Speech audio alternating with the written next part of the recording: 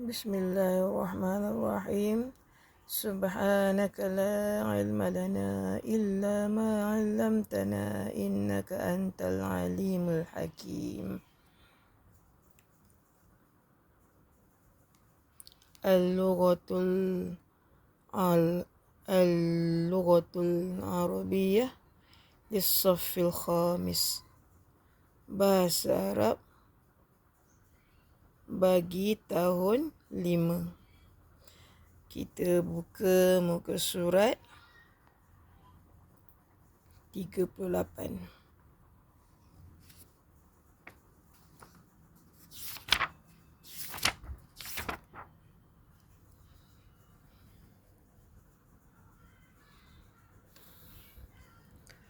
Aqra'u, saya baca, wa ata'arrafu, dan saya memperkenalkan, dan saya memberitahu.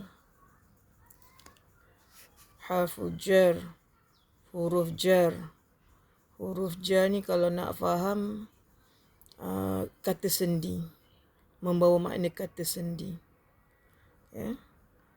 Jenis-jenis harfu jar. Harfu jar ila, bi, li, an. Ila kepada, bi dengan, li untuk, an tentang. Bergantung pada ayat dia punya penggunaan tu. Di sini kita bagi tahu makna dia. Ila membawa maksud ke atau kepada, li membawa maksud untuk, bagi atau kerana, bi membawa maksud dengan, an membawa maksud tentang, dari. Apa-apa pun maknanya bergantung kepada ayat. Okey, kita tengok contoh ayat-ayat yang mengandungi harfu jar. Yazhabu ila al-makhbas. Yazhabu ila al-makhbas. Yazhabu sedang pergi, dia sedang pergi, ila ke, al-makhbas kilang roti. Contoh kedua, raja'tu li al-aklu. Raja'tu lil akli. Raja'tu saya kembali, lil akli untuk makan, li untuk akli makan, li untuk akli makan. Okey, kita tengok contoh yang ketiga. Ya'kulu al-khubza bil-lahmu. Ya'kulu al-khubza bil-lahmu. Ya'kulu al-khubza bil-lahmi. Ya'kulu sedang makan, al-khubza roti, bil-lahmi dengan daging. Okey, kamu tengok yang huruf-huruf warna merah ni, yang ni, yang ni dan yang ni. Semua tu huruf jar ya. Dimerahkan perkataan tu. Dimerahkan harfu jar tu.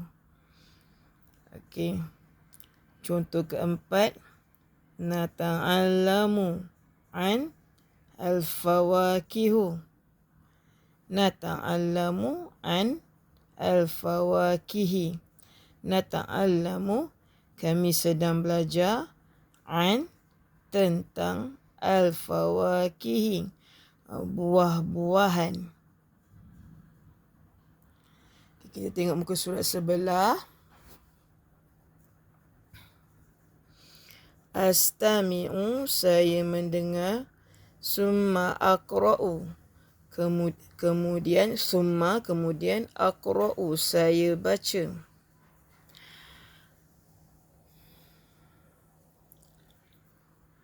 Akulu as-samaka ila ra'sihi. Akulu saya makan, as-samaka ikan, seekor ikan, ila hingga, ra'sihi kepalanya. Maksudnya dia makan ikan tu habislah sampai kepalanya. Okey, contoh ayat yang kedua. Akulul aruzza biddajash. Akulu, saya sedang makan. Al-aruzza, nasi. Biddajash, dengan ayam. Okey, contoh yang ketiga. Ashrabu al-haliba.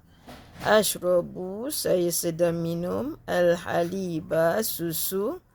Lisseha, untuk sihat. Untuk sihat, kesihatan. Saya minum susu untuk kesihatan. Okay, contoh ayat yang akhir. Yatahaddasu at-tabibu an ahammiyati al-khadrawat. Yatahaddasu, sedang bercakap ataupun sedang menerangkan. At-tabib, seorang doktor. Tentang ahammiyah, kepentingan.